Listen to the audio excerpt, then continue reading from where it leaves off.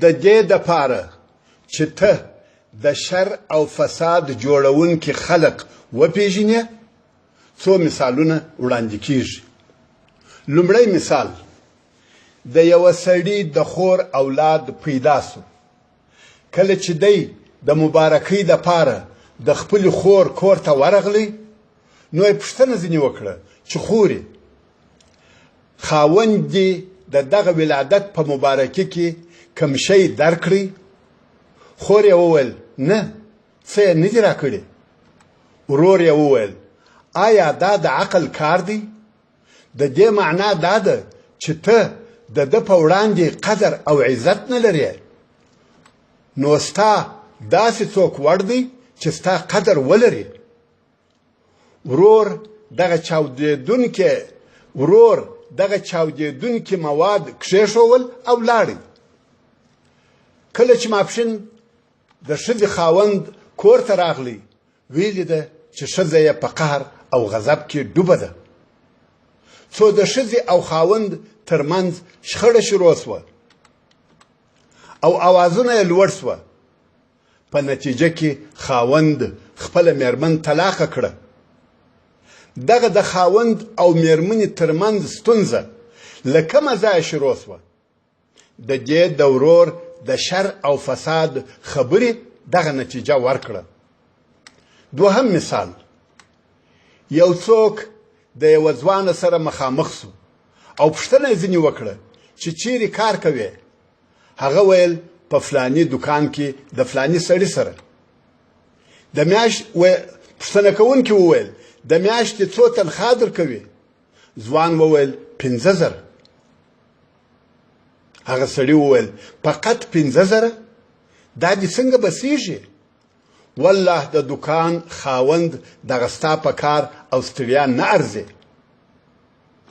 دغه د تنخوا د لږوالي په خبرو سره یې د ځوان زړه د کار کولو څخه ورتور کړی.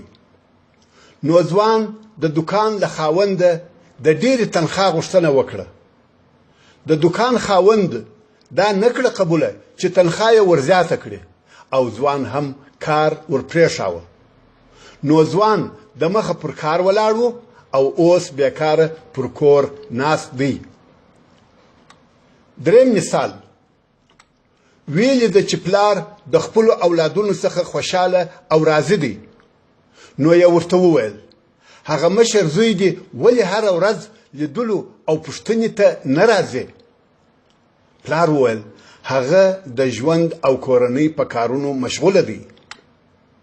سړي وویل دا مې زړه ته نه لویږي چې ستا د لیدلو وخت دې نسي پیدا کولی. په دغه خبره سره یې د پلار پاک او صاف زړه د دې دپاره خیرن او لغوړن کړی چې د پلار او زوی ترمنځ خپګان او لرېوالی پیدا سي. دا هغه کسان دي چې شیطان د دوی پر ژبه خبرې کوي، په خلقو کې شر او فساد پیښوي او له دغه کاره هیڅ ګټه هم نه ورسیږي.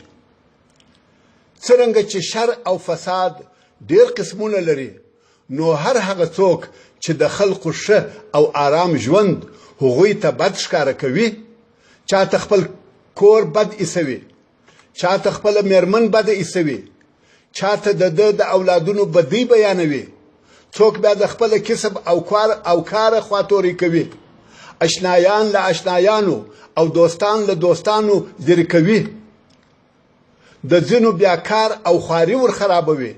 دا ټوله د هغه فساد ډولونه او قسمونه دي چې د شر او رانکارۍ پایله او نتیجه یې ډېره پراخه وي او دغو ټولو کارونو ته فساد په مځکه کې ویل کیږي. زموږ او ستاسې په ورځني ژوند کې په ډېره ساده او د براعت په لهجه سره پوښتنې راڅخه کیږي چې فلانی شی ولې نه رانیسې، فلانی شی ولې نه لرې؟ خو په حقیقت کې دغه خبرې د شر او فساد خبرې دي او موږ ته پکار ده چې د دغسې پوښتنو کوونکي انسان پر خبرو غوږ ونه نیسو او دغسې شیطان صفته انسانان په خپله ملګرتیا قبول نه کړو. شایي دغسې پوښتنې کله کله د ناپوهۍ په سبب وسي او شایي کله کله بیا د بیکارۍ او وخت تېرولو دپاره وسي، خو پوښتنه کوونکی یې هغه پایلې او نتیجې ته نه متوجه کیږي چې د اورېدونکي پر زړه او ژوندانه څونه تاثیر کوي. نو ته د هغو کسانو څخه مه کېږه چې په خپلو خبرو سره په مځکه کې او د خلکو ترمنځ شر او فساد نشروي.